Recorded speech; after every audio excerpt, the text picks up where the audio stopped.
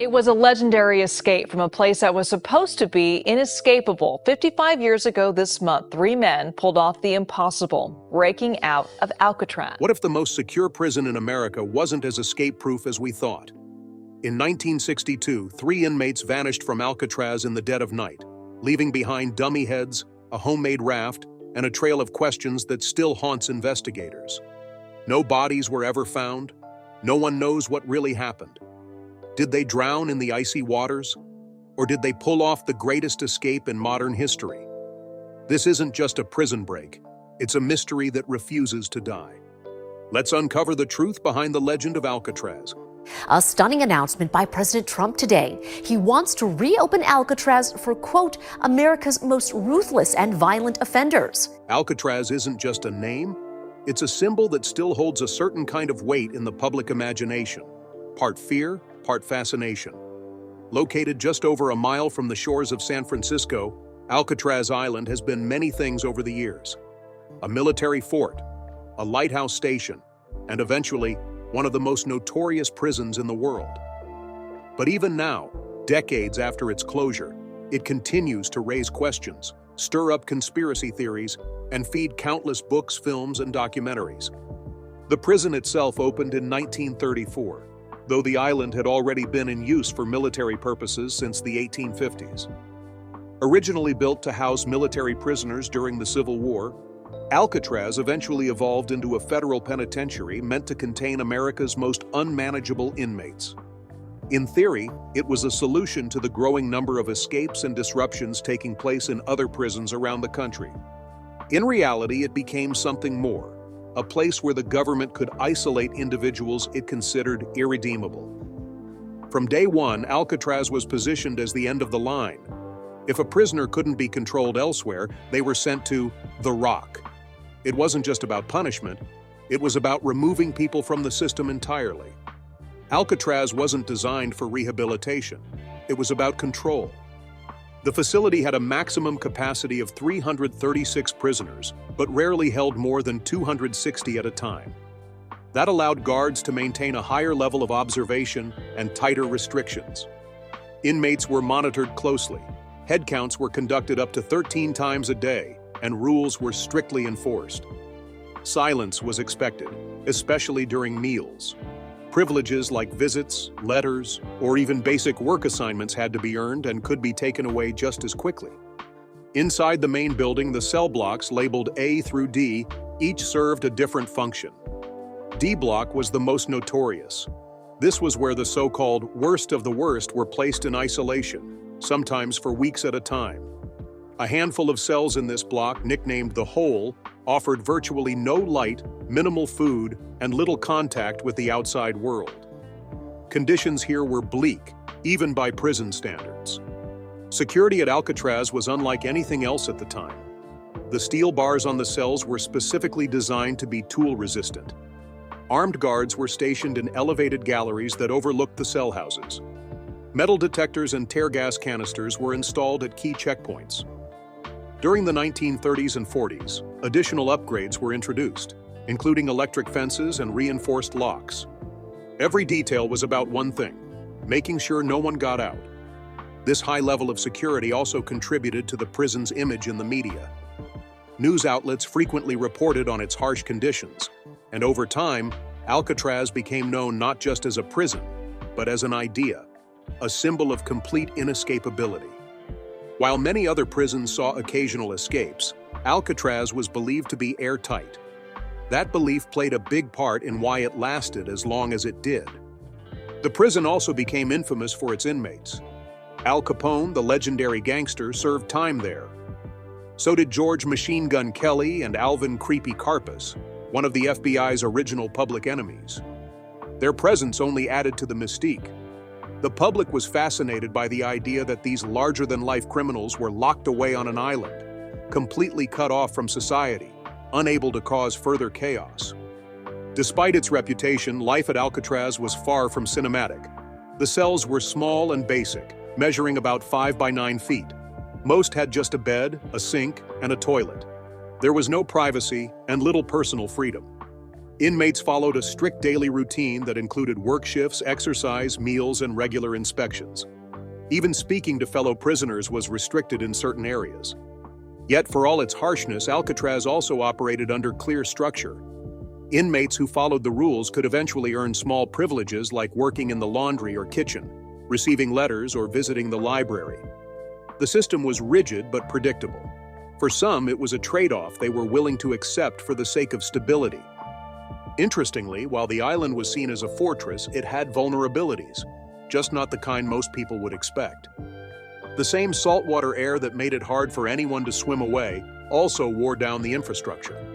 Over time, the buildings began to suffer from corrosion. Pipes rusted, walls cracked, and maintenance became increasingly expensive. By the early 1960s, the costs of keeping the facility operational had become too much. The prison closed its doors for good on March 21, 1963. The official reasons cited were financial, but there was also a growing sense that Alcatraz no longer served a clear purpose. The prison system was shifting, and the idea of locking people away on a remote island was beginning to feel outdated. But if anything, Alcatraz only became more famous after it closed. In 1972, it was turned over to the National Park Service and opened to the public. Today, it's one of the most visited historic sites in the United States, attracting over 1 million tourists a year. People come to walk the same hallways where prisoners once lived, to stand inside the cells, and to look out across the bay, wondering what it must have felt like to be trapped just out of reach of the city skyline. Some parts of the prison have been restored, allowing visitors to see original features like the dining hall, the library, and even isolation cells. Audio tours include first-hand accounts from former guards and inmates, which bring the experience to life in vivid detail. The silence, the wind, the echo of footfalls, it all contributes to a sense that something still lingers there.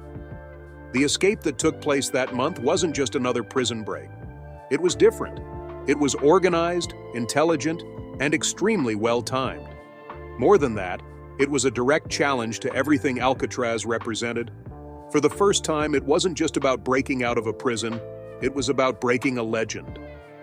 The story centers around 3 men, Frank Morris and brothers John and Clarence Anglin. A fourth man, Alan West, was part of the plan, but ultimately failed to get out. Together, these inmates did what no one else had managed to do. They found the cracks in the system, both literal and figurative, and they used them. Frank Morris wasn't just another inmate. He had a reputation for being smart, resourceful, and calm under pressure.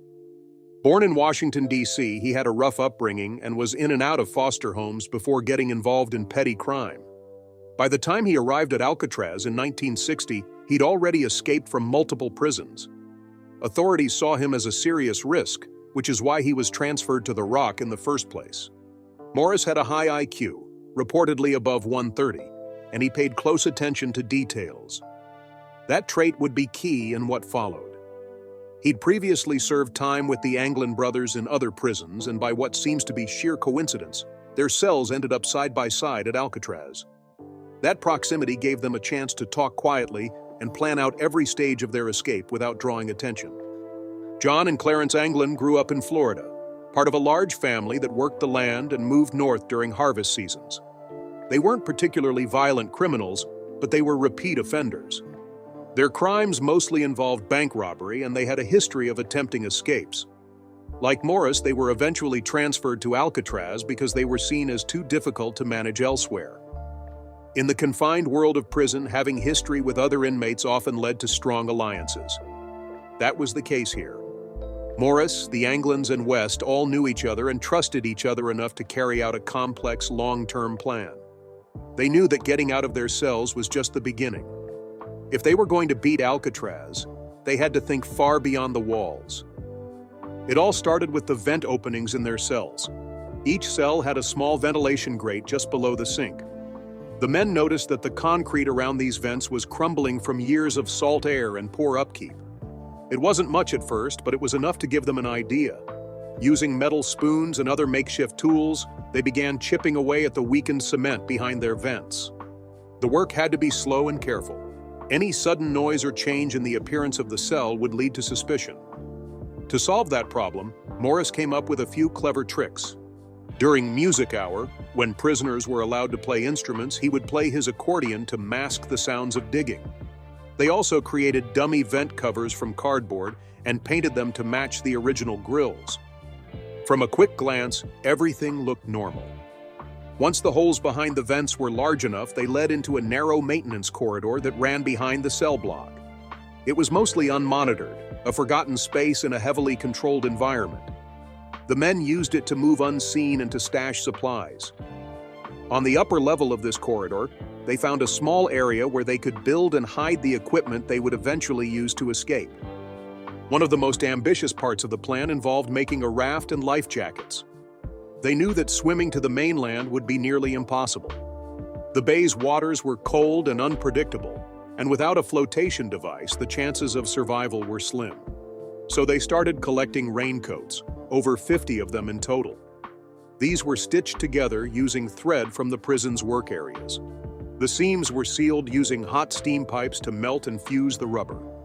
The final result was a large inflatable raft and a set of life vests. The men also created paddles from plywood, likely taken from materials used during their work assignments. Each item was built slowly and hidden carefully. Everything they needed came from inside the prison, stolen in small bits, reused or repurposed. Nothing was brought in from outside. The ingenuity and discipline involved in this part of the escape is often compared to military-style planning. To ensure they wouldn't be missed during the night, the men created dummy heads to leave in their beds. These were made from a mix of soap, toothpaste, toilet paper, and real hair collected from the prison barbershop. Guards didn't physically wake prisoners during head counts, they simply looked to see if someone was in the bed. The heads, placed on pillows and partially covered by blankets, gave the perfect illusion of someone asleep. As the plan neared completion, the men kept a close watch on the guards' routines and the prison's shift schedules. Timing was everything. If any part of the escape went wrong, if a guard entered the corridor, if the dummy heads were discovered, or if the raft wasn't ready, it could mean failure and severe punishment. But they were methodical, patient, and extremely precise. Alan West, the fourth member of the group, played an active role in digging and planning. However, on the night of June 11, 1962, when the others began their escape, he couldn't get out of his cell. The opening behind his vent was too small. Despite trying to force his way through, he was unable to make it in time. The rest of the group had no choice but to move on without him.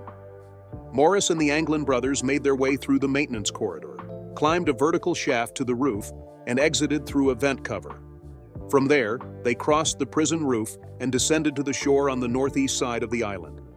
At some point during the night, they launched their homemade raft into the bay and disappeared into the darkness. What happened next remains a mystery. The next morning, prison staff discovered the dummy heads and the escape holes. A full search was launched, and the FBI took over the investigation. Over the following days, bits of the raft and a paddle were found, along with a bag containing personal items believed to belong to the escapees. But the men themselves were never seen again. The escape didn't start with a dash or a broken lock, it started with an illusion. At around 9:30 p.m. on June 11, 1962, Alcatraz prisoners were locked in for the night, as they were every evening. By that time, Morris, John Anglin, and Clarence Anglin had already positioned their dummy heads on their pillows. Each head had been carefully crafted to look realistic enough in the dim light used by the guards. They were made from a mix of soap, toilet paper, and cement powder painted with flesh tones using supplies taken from the prison's maintenance shop. Real hair from the barbershop was glued on top, completing the effect. These weren't just props. The guards on night duty didn't shake prisoners awake. They simply passed by each cell and glanced in to make sure the inmate was accounted for. As far as anyone could tell that night, everything looked normal. While the guards did their routine rounds, the three escapees quietly removed the vent covers from the back walls of their cells and crawled through the small holes into the unguarded maintenance corridor. From there, they made their way to the upper level of the building, a hidden area above the cell block where they had secretly stored supplies. Raincoats sewn into life vests and a makeshift raft, wooden paddles, and other escape equipment. The prison's design, while strict in security, had its weak spots, many of which had been exposed by time and neglect. This hidden upper level wasn't typically monitored, and the deteriorating state of the building meant that the men could move around quietly without drawing attention. Once inside, they prepared to exit the building and climb to the roof. Getting out of the cell block itself required accessing a large ventilation shaft. The prisoners had climbed 30 feet up using the plumbing pipes attached to the walls. At the top of the shaft, they pried open a metal grate which had been secured with bolts. One of those bolts had been replaced with a fake handcrafted one made from soap to avoid suspicion. It was yet another sign of how meticulous the plan had been. Once they reached the roof, the men moved carefully across the structure, sticking to the shadows to avoid being seen by guards in the towers. It was a cold and windy night, conditions that may have worked in their favor by making it harder to detect any noise or movement. They descended the building's outer wall using a utility pipe, crossed a fenced-off area, and reached the shoreline on the northeastern edge of the island. It was there that they inflated the raft using a makeshift air pump made from a concertina, an accordion-like instrument adapted to force air into the chambers of their rubber craft. According to later reconstructions, the men launched the raft sometime around 11:30 p.m. Their goal was to reach Angel Island, about 2 miles north, and then possibly head to Marin County, or another part of the mainland. The bay's water temperature was dangerously low, between 50 and 55 degrees Fahrenheit, with strong tidal currents. The conditions would have been punishing, especially in the dark. When the escape was discovered the next morning, guards were initially confused. The heads in the beds looked convincing enough that the alarm wasn't raised until the early morning count. Once the deception was uncovered, the prison went into full lockdown and a massive search operation began. The FBI, Coast Guard, and local police forces were all called in. Helicopters scanned the area. Boats patrolled the shoreline. Planes flew over the bay. Over the next few days, search teams recovered a few items. A paddle was found floating near the Golden Gate Bridge. A waterproof parcel containing personal belongings from the Anglin brothers was also discovered. Not long after, parts of a homemade raft washed up on a nearby beach. But there was no sign of the men themselves. No bodies. No footprints. Nothing that confirmed what had happened after they entered the water. The absence of physical evidence made the escape even more mysterious. Some officials believed the men had drowned in the bay. The cold and strong currents were cited as proof that survival was unlikely. Others, however, pointed to the thoroughness of the plan as a sign that the escape might have actually worked. Adding to the intrigue was the man who didn't make it out, Alan West. On the night of the escape, West found himself stuck in his own tunnel. He had failed to fully remove the concrete around the vent in time. Despite trying to force his way through, he was unable to squeeze into the maintenance corridor before the others had to leave. Once he realized he'd been left behind, he tried to cover up the escape for as long as he could. But it wasn't long before guards found the hole behind his sink. West later cooperated with the investigation. He gave authorities a detailed account of how the plan was developed, how long it had taken, and what the group's intentions were. According to him, the goal had always been Angel Island. From there, they would make their way to the mainland and disappear. His testimony helped the FBI piece together what had happened, but it also raised more questions than it answered. Could the men really have survived the swim? Did they have help waiting on the other side? And if they made it to land, how had they managed to avoid detection for so long? For years after the escape, theories continued to surface. There were reported sightings of the Anglin brothers in various places around the United States and South America. Some claimed they had started new lives with different identities. Others believed they had drowned shortly after leaving the island. Without concrete evidence, both scenarios remained possible. One thing that almost everyone agreed on was that the escape had been executed with a level of detail rarely seen in prison break attempts. The dummy heads, the sound-masking accordion, the maintenance corridor, the raft. It all pointed to a plan that had been designed with care and discipline. The men had used only what was available inside the prison. They hadn't had any outside help during the planning stages. Everything had been created under the noses of guards who had once believed such a thing wasn't even possible. What set this escape apart wasn't just the route or the tools used. It was the understanding of psychology. The inmates didn't just break out. They misled the entire system, even if just for a few crucial hours. They understood how guards operated, what the routines were, where attention was paid and where it wasn't. They didn't challenge the prison with brute force. They slipped through its blind spots. That idea, the quiet, disciplined, and invisible nature of their escape, is part of what makes it so enduring. It wasn't a dramatic shootout or a last-minute run for freedom. It was a slow, methodical exit built on patience, observation, and improvisation. And as more details came to light over the years, including possible evidence and new theories, it became clear that the story wasn't just about getting out of Alcatraz. It was about what came after. West had been transferred to Alcatraz in 1957 after a string of burglaries and previous escape attempts from other facilities. He was familiar with the system and had served time in various prisons, where he had first crossed paths with Morris and the Anglin brothers. When they were all placed in neighboring cells on Alcatraz's B block, the plan began to take shape. For months, West worked alongside the others. He helped dig through the decaying concrete behind the vent in his cell. He assisted in gathering materials for the raft and life vests. He contributed to the construction of the dummy heads and camouflage grills. Every part of the escape plan involved him, right up until the very night they were set to leave. But on June 11th, when it came time to put the plan into motion, West ran into a problem. The opening behind his vent wasn't large enough. Despite his efforts to widen it, the concrete section wouldn't give way fast enough. According to his own account, he chipped at the wall with everything he had but couldn't get through in time to join the others. When he finally made it into the maintenance corridor, the others were already gone. That moment marked a turning point not only for West but also for the escape narrative as a whole. Left behind, he quickly realized he was in danger of being caught. He returned to his cell and tried to cover up what had happened, but it didn't take long for the deception to unravel. Once the guards discovered the dummy heads the next morning, the entire prison went into emergency response. West was questioned soon after and became the main source of information for investigators. Faced with no other options, he cooperated and gave a full account of the escape plan. He described how the tunnels had been carved, how the raft was built, and what the group's intended route was. He pointed authorities to the upper level of the cell block and the utility corridor, and he explained how the team had timed their escape during periods of minimal guard activity. While West's cooperation was helpful, it also raised suspicions. Some officials wondered whether he had intentionally sabotaged his part in the escape to avoid the risks involved. Others believed he had genuinely run out of time. Regardless, West's testimony became a central part of the official record. It was the closest thing investigators had to an inside view of the plan. There were also rumors that the remaining escapees might have altered their route because they feared West would talk.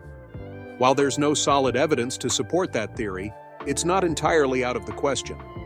If the others had reason to believe West might compromise the plan after being left behind, changing course would have been a logical step.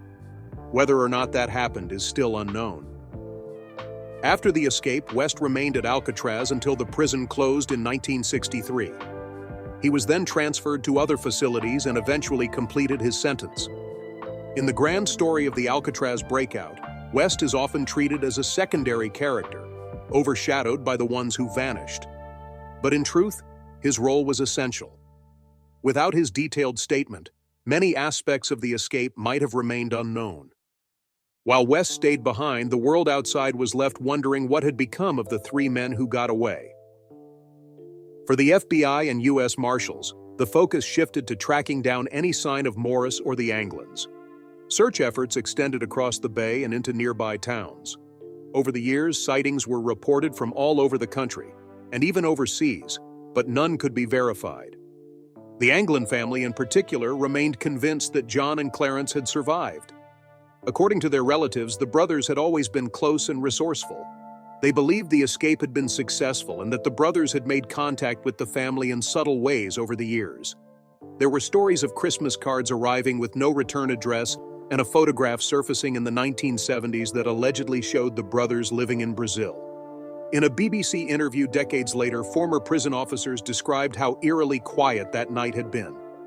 There were no sounds, no alarms, no sign that anything was amiss until the morning head count.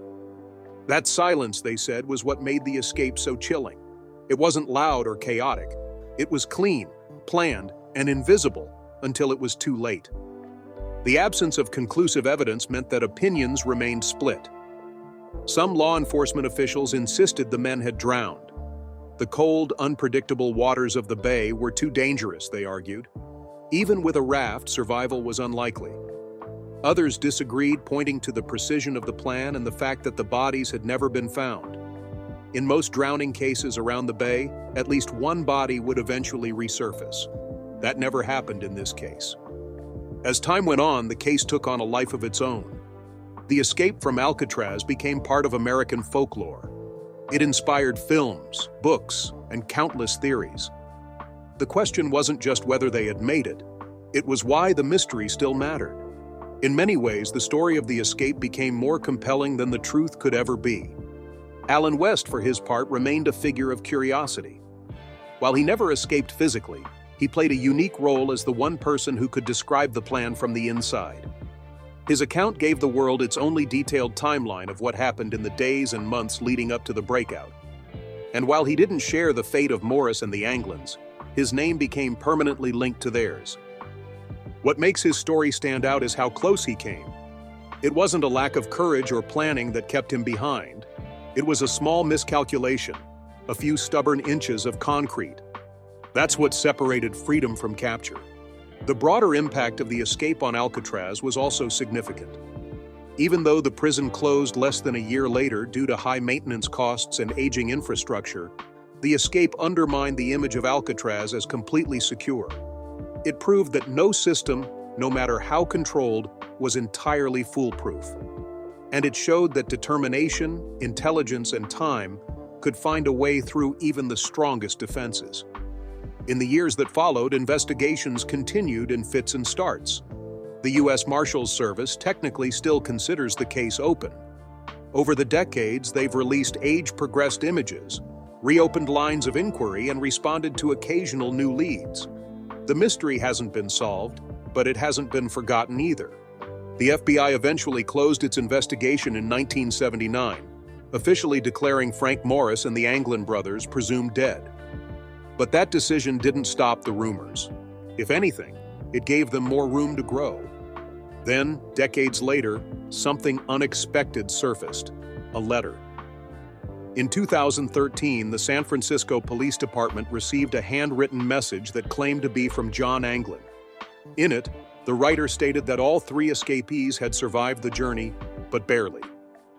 He claimed that Frank Morris had died in 2005, Clarence Anglin in 2008, and that he, John, was still alive but terminally ill. He offered to turn himself in exchange for medical treatment. The letter was forwarded to the FBI, which quietly launched a new round of forensic testing. Handwriting experts were brought in, and the envelope was examined for fingerprints and DNA. But none of the results gave a clear answer. The handwriting didn't match known samples definitively, and the DNA results were inconclusive. There wasn't enough solid proof to confirm or disprove the letter's authenticity. The mystery once again deepened.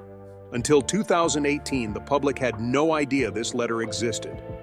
That year, a local CBS affiliate in San Francisco broke the story, and it quickly captured national attention. The timing, the wording of the letter, and the lack of resolution added fuel to a fire that had been smoldering for more than 50 years.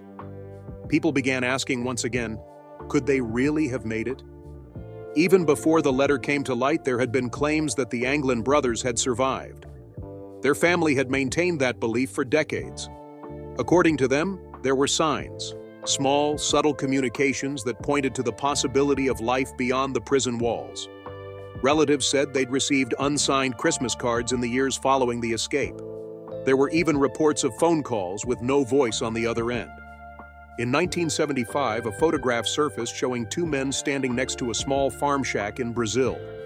A friend of the Anglin family said the photo was given to him by someone who claimed to have met the brothers. While experts have debated its authenticity, facial recognition analysis done years later suggested the men in the photo could very well be John and Clarence Anglin. Still, without DNA or more conclusive evidence, it remained just another piece of an ever-growing puzzle. The theory that they survived has been supported by more than just family testimony. In 2014, researchers from the Netherlands used modern computer modeling to analyze the tidal conditions on the night of the escape. Their findings were surprising.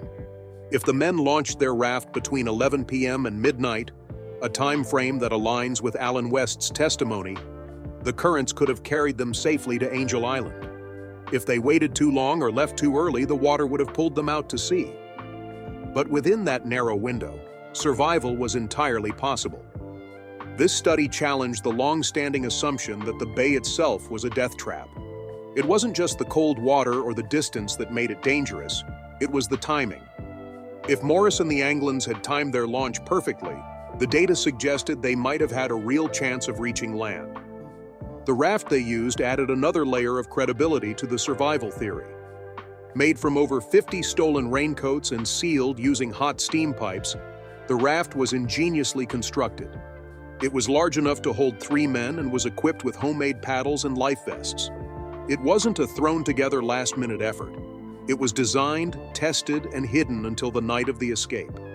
Everything about it pointed to a well-thought-out plan. Despite this, some investigators remained skeptical.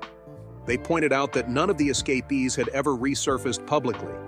No arrests, no confirmed sightings, no confirmed communications. In a world that has become increasingly connected and trackable, how could 3 men completely vanish? One possible answer is that they simply laid low.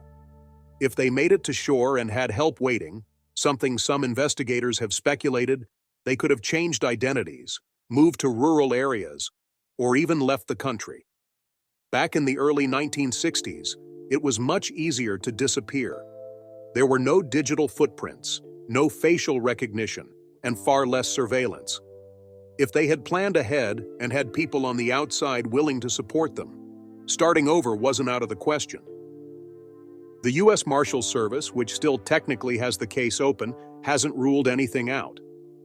As recently as 2022, they released age-progressed images of Morris and the Anglin brothers, asking the public for tips. While some officials still believe the men drowned, others feel the absence of evidence points to a different conclusion. The fact that no bodies were ever found, no clothing, and no trace of human remains has kept the door open. The fascination with the Alcatraz escape isn't just about whether the men survived. It's about what the escape represents. People are drawn to stories of those who beat the system, who outsmarted authority, and who vanished into the unknown. In a society where rules and order dominate, there's a certain appeal in imagining that someone found a way out. It's the same kind of mystery that surrounds cases like D.B. Cooper, the man who hijacked a plane in 1971, parachuted out with a bag of money, and was never seen again. These stories live on not just because of what happened, but because of what we don't know. They become part of modern folklore, a blend of fact and speculation that captures the imagination. The escape from Alcatraz has also been immortalized in films, books, and documentaries. The 1979 film Escape from Alcatraz, starring Clint Eastwood as Frank Morris, introduced the story to a whole new generation. Since then, it's been covered in nearly every true crime series and history program that touches on prison escapes or unsolved cases. But behind all the media and theories is a real question, one that has never truly been answered. Did Frank Morris, John Anglin, and Clarence Anglin make it to freedom? Or did they perish in the waters that night, their bodies claimed by the bay? The 2013 letter may be real, or it may be a hoax. The photograph in Brazil might be them, or it might be someone else. The title study offers possibility, but not proof. What remains is a story with just enough evidence to keep us guessing, and just enough doubt to keep us wondering. Whether they survived or not, what Frank Morris and the Anglin brothers accomplished was historic. They exposed weaknesses in one of the most secure prisons in the United States. They used their intelligence, patience, and creativity to challenge a system that had been considered unbeatable. And in doing so, they turned a place of confinement into the setting for one of the greatest unsolved mysteries in American history. Maybe they made it, maybe they didn't. But what's certain is that their story will continue to echo across the waters of San Francisco Bay for years to come. And now, it's your turn. What do you think happened after they disappeared into the night? Did they escape to freedom, or did the bay take them? Share your theory in the comments. And if you enjoyed this dive into one of history's most fascinating escapes, don't forget to like, subscribe, and hit the bell so you never miss another story.